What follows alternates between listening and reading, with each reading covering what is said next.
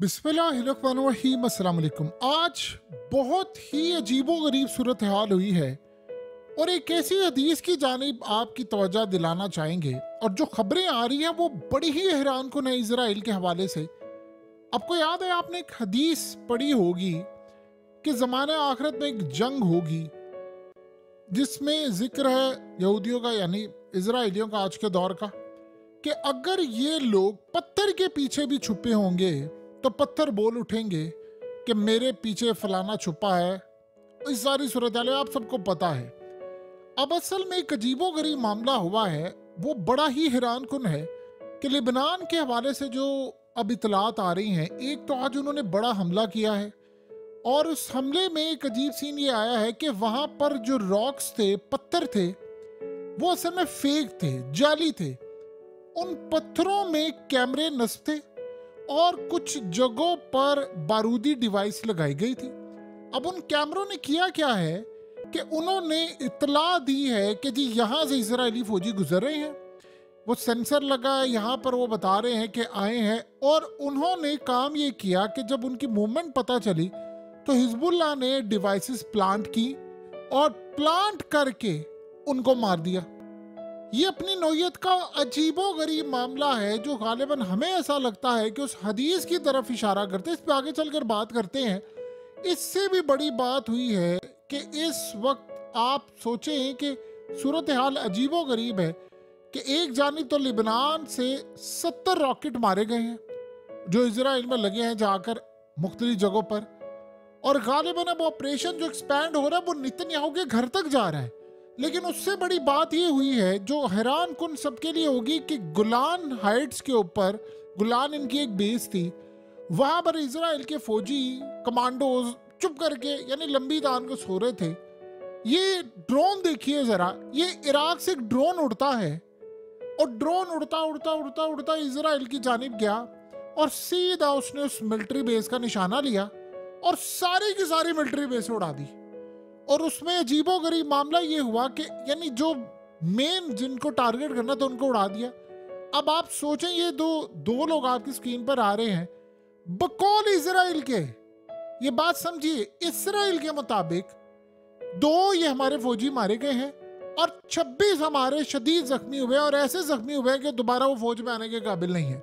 यानी आप ये समझ रहे हैं कि तकरीबन उनके मुताबिक हमारे 26 से 28 के करीब जो लोग हैं वो मारे और जख्मी हो गए हैं। अब इजराइल, आपको पता है कि दुनिया में अगर कोई फौज एडमिट कर ले कि हमारे इतने बंदे जख्मी हैं या इतने मारे गए हैं, तो इजराइल के हवाले से तो आप अच्छी तरह समझते हैं कि उन्होंने, यानी अगर लेट से उनका 100 बंदा मारा जाए तो उन्होंने कहना हमारे 4 मारे गए, 10 मारे, बस इससे ज्यादा नहीं वो कहते। तो आप यहां से अंदाजा कर लें कितने लोग इनके मारे गए हैं। यानी 28 के करीब इनके लोग मारे गए हों, चले 20-25 आप लगा ले मारे गए। यानी आप सोचे, ये कह रहे हैं कि 2 वो सो रहे थे और नींद में थे और नींद में ही मारे गए हैं। और नींद में ही किसी की टांग नहीं है, किसी का हाथ नहीं है, किसी का सर चला गया है, किसी का आधा धड़ चला गया है। ये वो सूरत हाल हुई जब इस तरह के हमले होते हैं। ये ड्रोन उड़कर आ रहे हैं और सोचे इनके सिस्टम ने ना डिटेक्ट किया है, ना पता चल रहा है। और ये हुआ क्या है, रात के तकरीबन 3:30 बजे वाकया हुआ है। अब इजराइल के पैरों तले जमीन निकली है। सोचे कितनी तबाही इनकी हुई होगी, जिस बारे में इन्होंने कहा कि जी हमारे तो सिर्फ 2 मारे गए हैं और 24, 25, 26 कोई भी फिगर है जी, हमारे इतने जख्मी हुए। और जो जख्मी हुए हैं वो फिर दोबारा फौज में आने के काबिल नहीं रहते।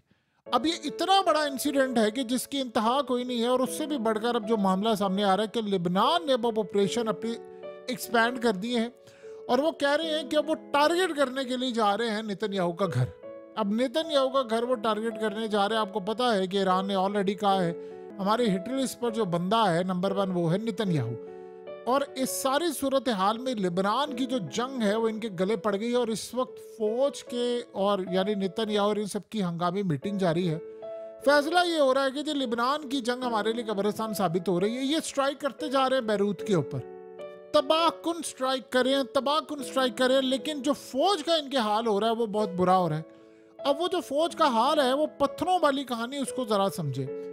देखिए, एक सवाल सबसे बड़ा ये पैदा होता है कि क्या कोई भी हिजबुल्लाह के फाइटर्स हो या कोई भी हो, कोई चाहेगा कि वो अपनी स्ट्रेटजी बाहर बयान करे या बताए जी हमने ऐसे मारे, या अपने मीडिया के जराए से खबरें फैला दे?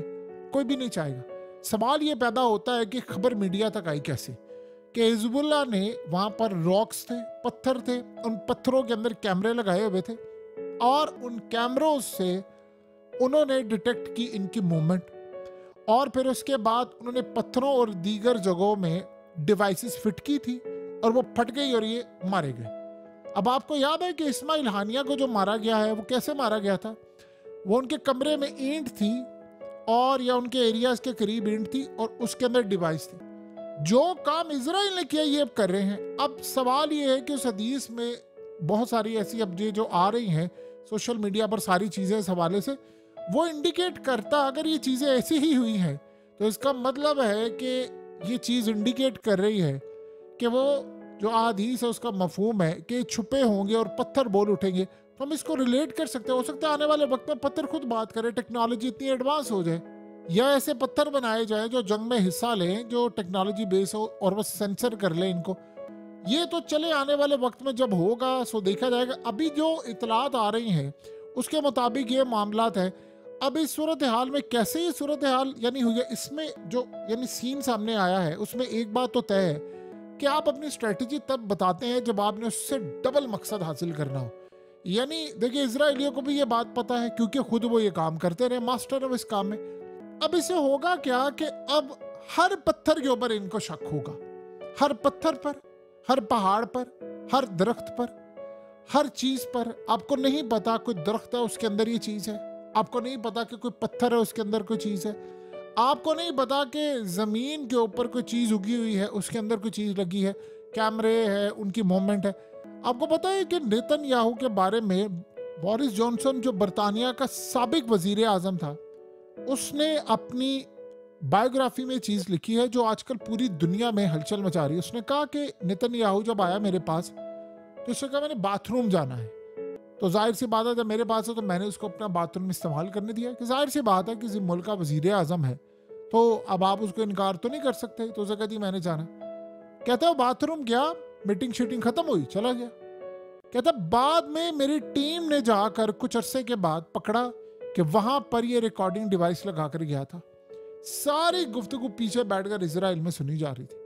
आप अंदाजा करें कि ये वजीर आजम है और उसकी घटिया हरकत का आप अंदाजा लगा लें इस बात से, ये शख्स वजीर आजम है और ये वजीर आजम होकर वजीर आजम किसी मुल्क के वहां जाता है, उसका बाथरूम इस्तेमाल करता है और वहां पर कैमरे या ऑडियो डिवाइस लगा देता है।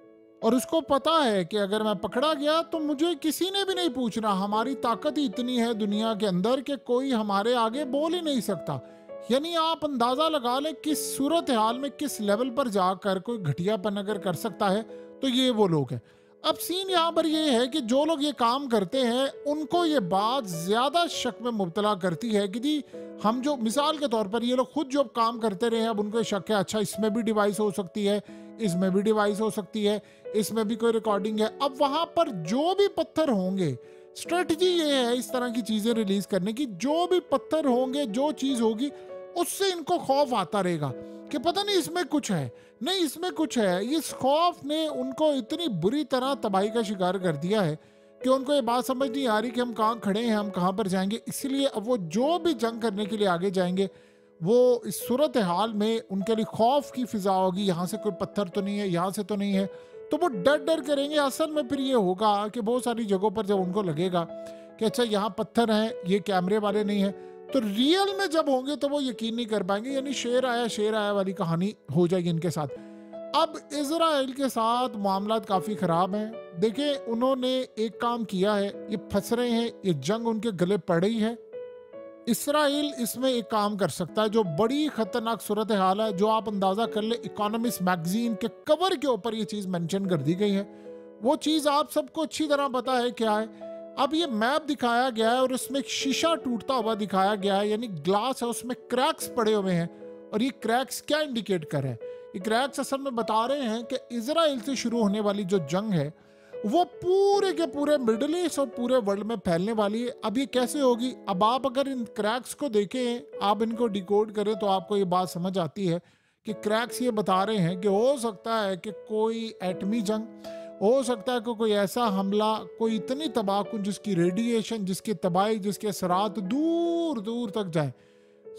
अगले कुछ अरसे के अंदर हालात ये बता रहे हैं कि आने वाले वक्त में हम एक बहुत बड़ी तबाही की जंग देख रहे हैं, क्योंकि इस तरह अगर इनके फौजी मारे गए, आप सोचे परसों मारे गए, तरसों मारे गए, 80 फौजी मारे गए और अभी तक इनके पास कोई जीत के इम्कानात नहीं है। हाँ ये है कि बारूद के अंदर जाकर यानी स्ट्राइक करते हैं, इनके मरकावा टैंक्स तबाह हो रहे हैं, इनके लोग मारे जा रहे हैं। तो ये सूरत हाल जो पैदा हो रही है वो इनके लिए बड़ी तबाहकुन है।